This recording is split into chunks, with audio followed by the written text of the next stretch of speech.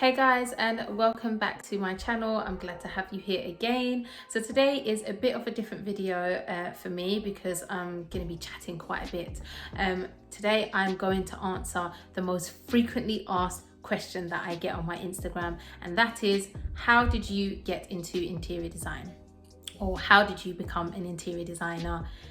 I get the same question in all sorts of different forms almost every day on my Instagram. So I thought I might as well just do a whole video basically explaining it. So yeah, I hope you guys enjoy it. I hope you guys take something away from it. This isn't going to be one of those videos where I'm going to tell you this is what degree you need to get, this is where you need to go, and this is what you need to do. It's really not going to be one of those kind of videos. It's going to be more just explaining my personal experience and how I did it. So before we jump right into the how I got into interior design, I do want to make it very clear that I'm actually not an interior designer. Uptight mama's daughter say what?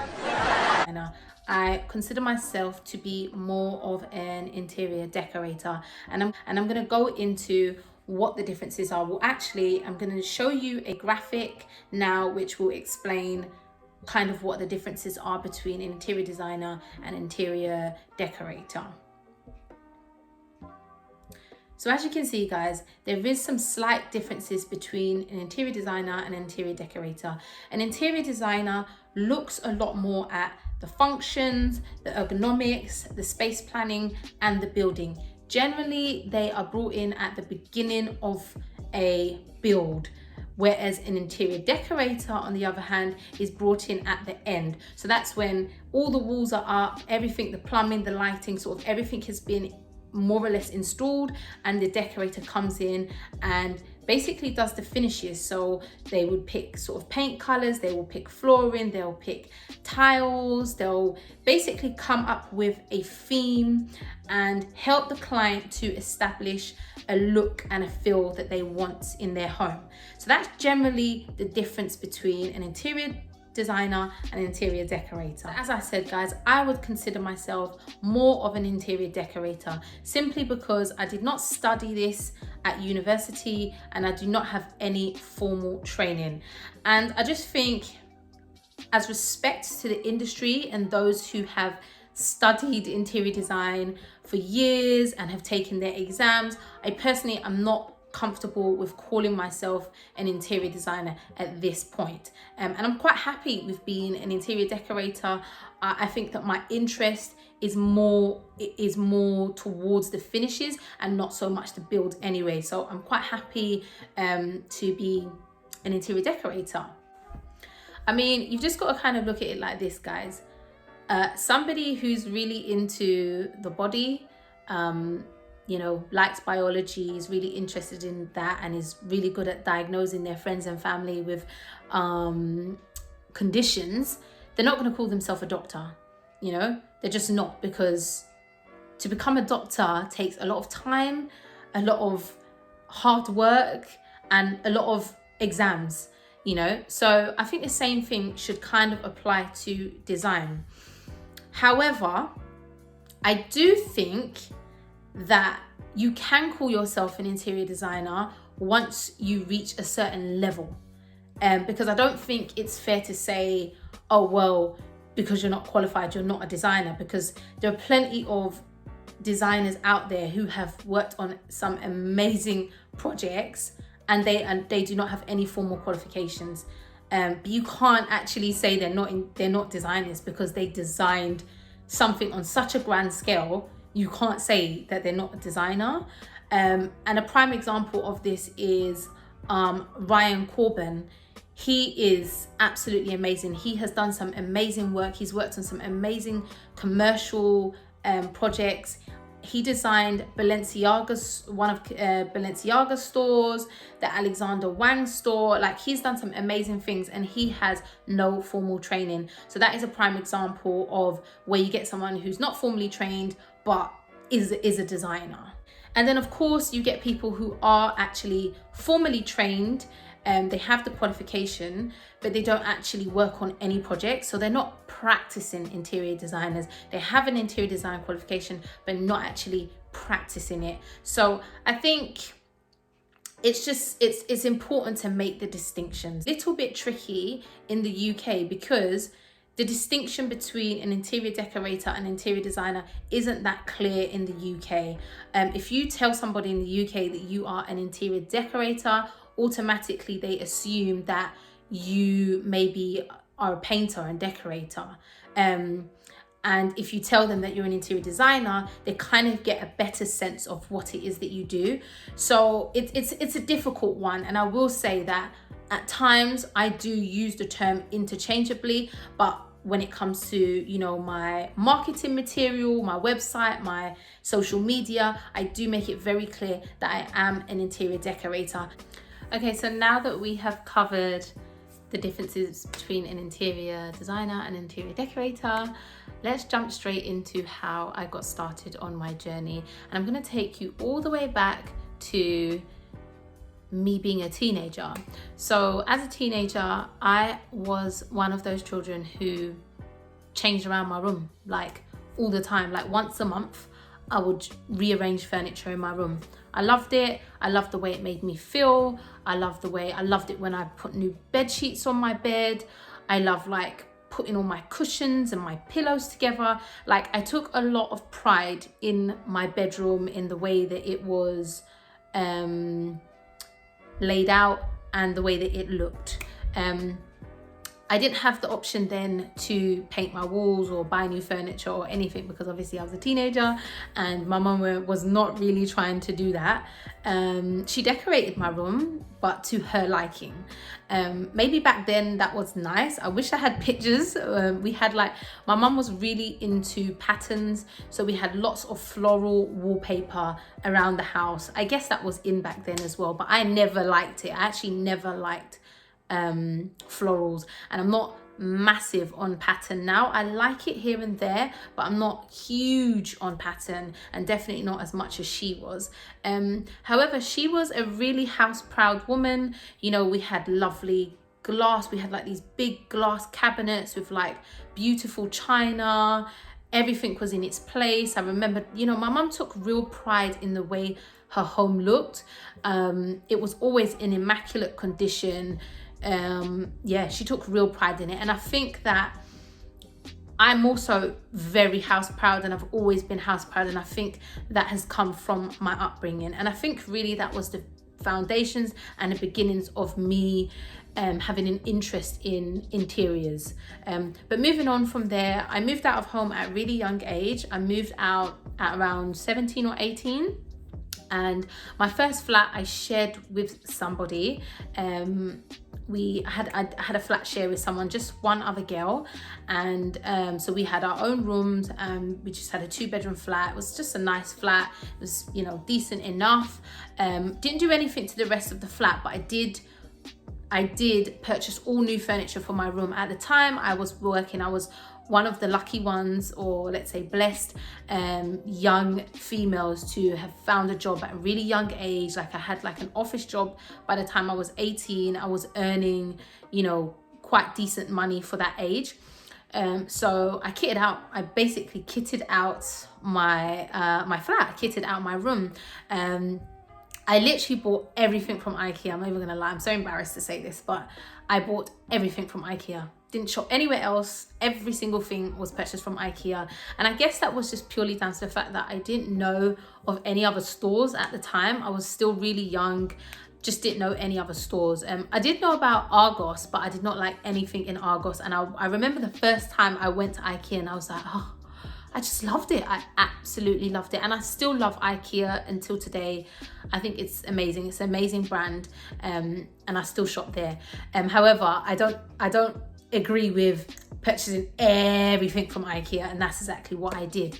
I basically wanted it to look like an IKEA showroom, but it looked lovely. People came to my house and really was always commenting like, oh my gosh, you did this room so nice. Who did it for you? How did you do it? This, that. I was getting lots of questions. I was like, oh, okay, maybe I'm like quite good at this, but I didn't make any connections at that time. I just thought, yeah, I've just got a bit of a knack for like putting things together. And I think generally I was like that anyway. I was really into fashion at the time, and you know, I liked putting clothes together. So I think I just approached interior decorating in the same way. So yeah, that was my first flat, and then I moved into my second flat, and I kind of did the same thing. Like now I had a whole flat to decorate, and this time I knew other stores outside of IKEA, so I did the same thing. I kitted it out, I painted walls, like I did it looked really nice. Loads of people came round and really was like, wow, your place is lovely, how did you come up with this? Even from my first flat, I did everything black and white, and then my second flat, everything black and white. I've always been really into neutrals and monochromatic tones. It's just literally, I've just always been into that. And why I always say, and why I always believe that mine is such a natural, it's a natural gift to me, because I did all this pre-Instagram, pre-Pinterest, pre-Tumblr, pre all of this. Maybe there was those platforms, but I didn't know about those platforms, and I wasn't looking at those platforms for inspiration or for ideas. I literally just decided in my mind, I visualized how I wanted my flat to look, and I went out and I purchased those things, and I painted the walls and did all that myself. It didn't come from, I didn't have any inspirational sources, you know, I didn't see it anywhere else. Whereas now, you've got so much inspiration out there, it's so hard not to sort of copy someone else's look or design. However, anyways, moving on, guys. So that was pretty much like, I was starting to realize, okay, I've got quite a knack for this, I'm quite into this. And then I had lots of like family and friends always saying, Jem, get into interior design, like you're really good at this, you're really good, like you can do this. And I was just like, no, there's no money in that, how am I going to do that? I'm not creative like that. I don't have a creative background. You know, I've always been quite studious in school. Well, yeah, semi-studious in school. You know, I got quite decent grades, but I'd always studied things like English. I was really into English at school.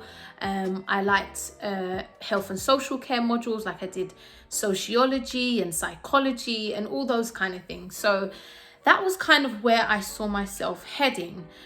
So I didn't really consider taking up a career in interior design back then. I saw myself going down more of the health and social care side or scientific routes. I went to university and I actually studied psychology, guys. Yes, I have a degree in psychology. Studied psychology, and I went to university a bit later in life because I had worked full-time for a good few years before I decided to go to uni. So I think I was like 21 by the time I actually started uni.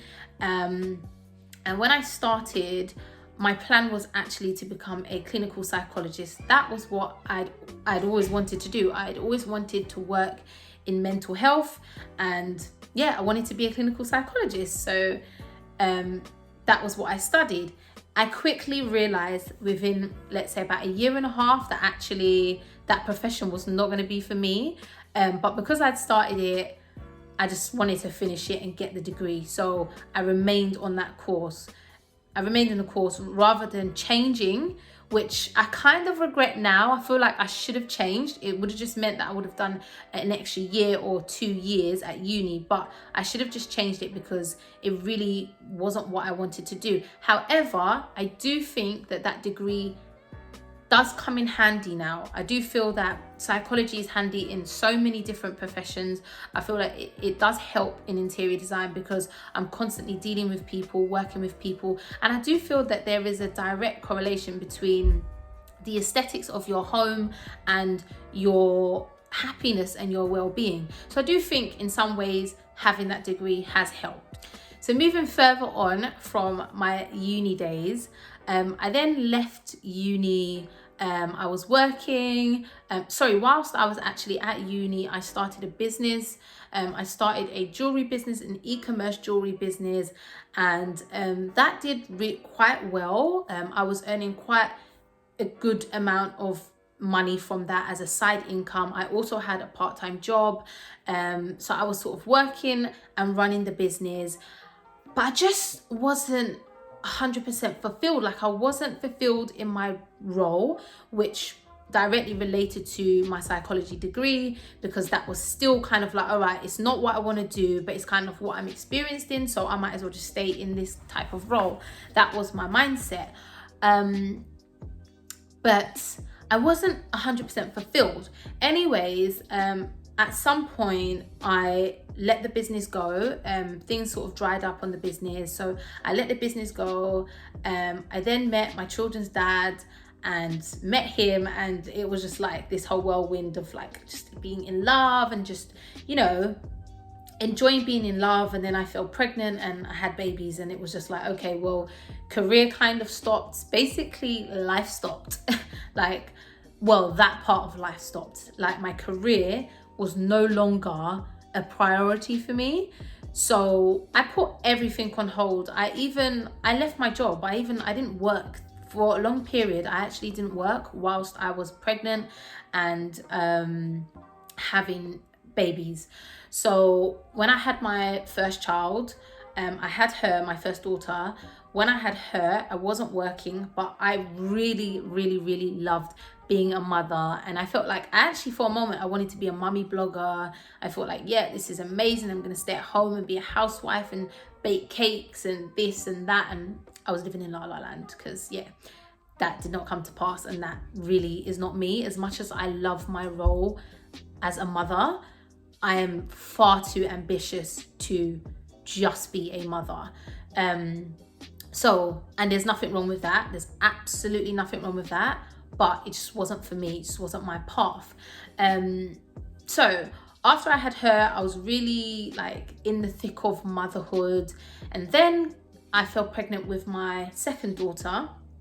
And whilst I was pregnant with her, I just felt like something was truly missing. I felt like I was in this bubble of just parenting and doing nothing else other than parenting.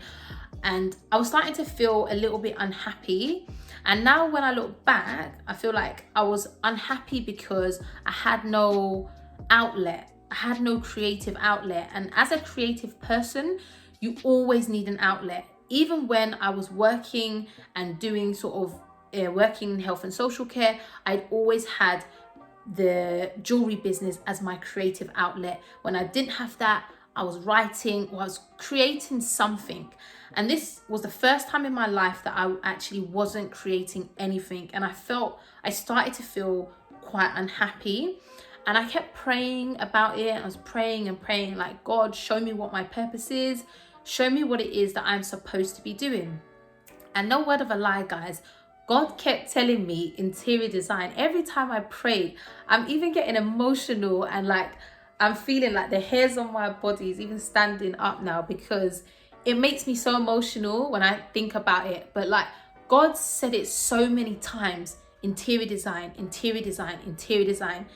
I heard those words every time I prayed to God about my purpose. And that was a big prayer point for me for quite a long time, because I knew that I wasn't living out my purpose.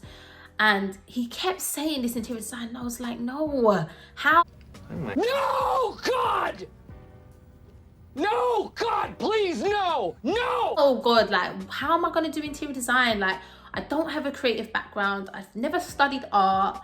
Like, how? Who's going to employ me? Am I going to have to go back to university? How would I go back to university when I've got 2 children? Like, it's just not possible. God, like, no. I was saying no. I resisted it for the longest time until I moved into this current flat that I'm in now. I've been here now for 3 years.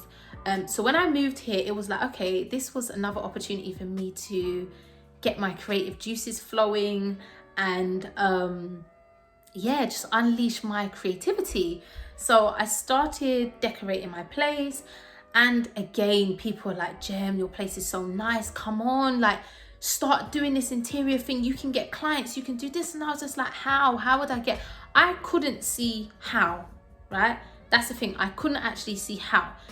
But then I knew I had a gift, right? And I knew that God was telling me this was something I could do and I should do and I'm supposed to do, right?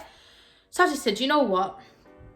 I don't know how I'm going to get into interior design, because I'm not going back to uni. So I don't know how I'm going to get into interior design. So I'll do the next best thing. And the next best thing was an interior blog, like writing about home decor and interiors. So I had this big plan that I was going to start this blog, and I was going to start writing about all these different things. I was going to be doing all these different things anyway on the blog, right? So I planned for a photographer to come round.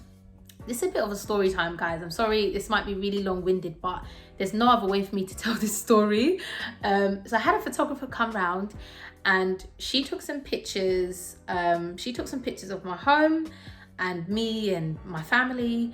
And she was just like, your style is amazing. Like, your style's not only amazing, but you are amazing. Like, you're humble, you're kind, you've got a great heart. I feel your energy. Like, she was really complimenting me. Like, you know what? I want you to help me with my bedroom at my house. Like, my bedroom looks like trash. I want your help.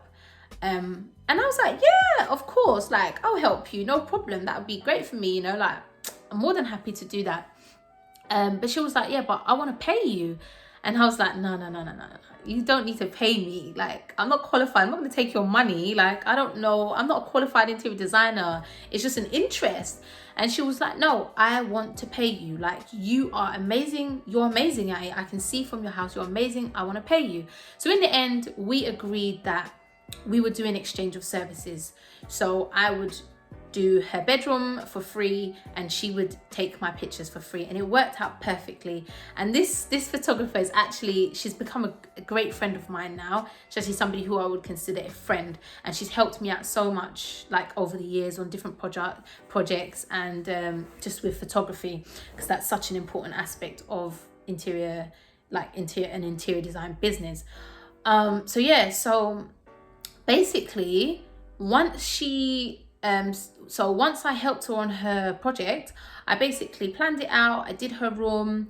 I didn't at this point, guys, I didn't know how to use any form of software. I didn't know how to create a mood board. I didn't know how to create a floor plan. I didn't know anything. Basically, I just knew I had an eye, and I thought, yeah, I can do this. I can like do your room. I had contacts in terms of tradespeople, because, as I said, going back, I moved out of home at such a young age that I made those connections early. Like, I was already had connections with people who knew how to do like painting, decorating, flooring. I already had those people in my phone book, basically. So I called on them. I was like, look, I've got this project. I'm doing this. I want you to help me out. Can you come? Yep, no problem. Did my first project. Posted my first project. Now, at the time, I still was not thinking this was going to be a business or anything. It was just, this is just a bit of fun, and it's going to be content for my blog. Little did I know that this one room that I did would now sort of spur on so many people messaging me and asking me, what are your prices? Where can I find your prices? How much do you charge? And I thought, hang on a minute, huh? You're asking me what my prices are? Like, I'm not an interior designer. Like, I just done this out of fun. But I thought to myself, I said that to a few people, like, no, I don't charge. Like, I didn't charge. This was just a fun project for me.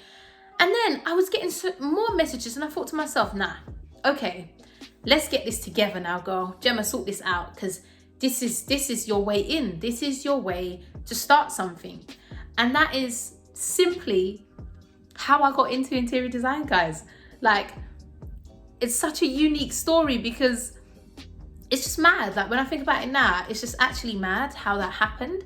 But that's exactly how it happened. And I'm not going to come on here and give you guys a fake story, or because I feel like there's so many people online that just lie. Why you always lying? Oh my God, stop fucking lying.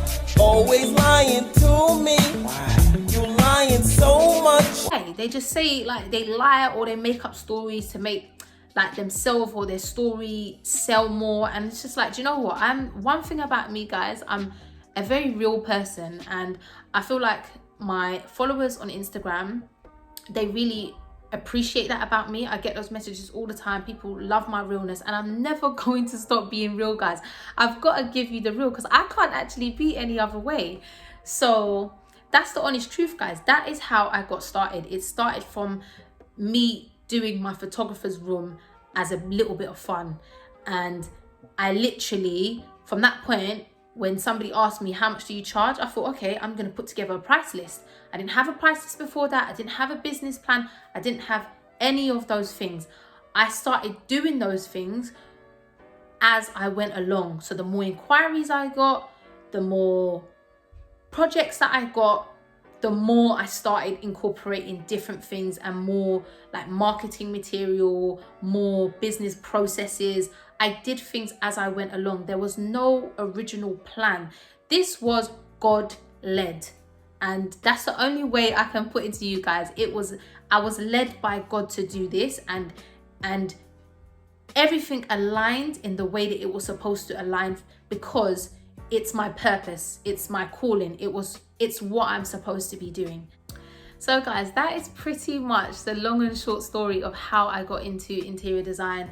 I know like it's a very random story and it's probably not what you expected. You probably expected me to say that I went and studied here and I worked under this person and I did this, or I got an internship, and I absolutely did none of that. I did this just off the back of me having a passion and me needing to put my creativity and my creativity into the world, and the fact that it was God's purpose for my life, it just made everything align at the same time and all work in my favor. And people ask me today, how do you get clients? How do you get these clients? How do you keep getting clients? And it's like, if not for God, you know, that's how I get these clients.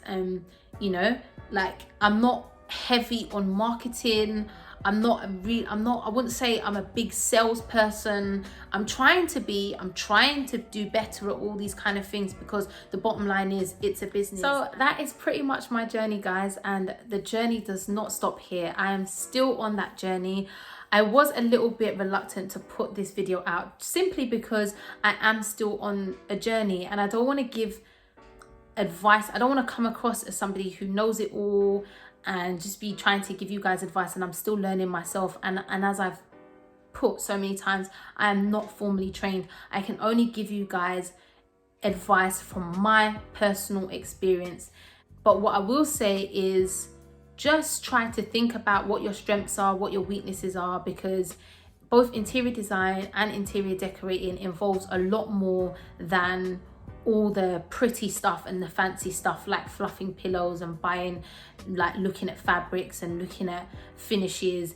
There's so much more people management involved in this type of business, unless of course you want to be sort of like an online based business, or maybe you just want to do consultations and you don't want to actually project manage design projects. But I do it all. I do all the project management, and it's actually a side of the business that I really quite enjoy, and because I have a love for business, I have a love for people, and I have a love for design, and this it literally marries together all the things that I really enjoy.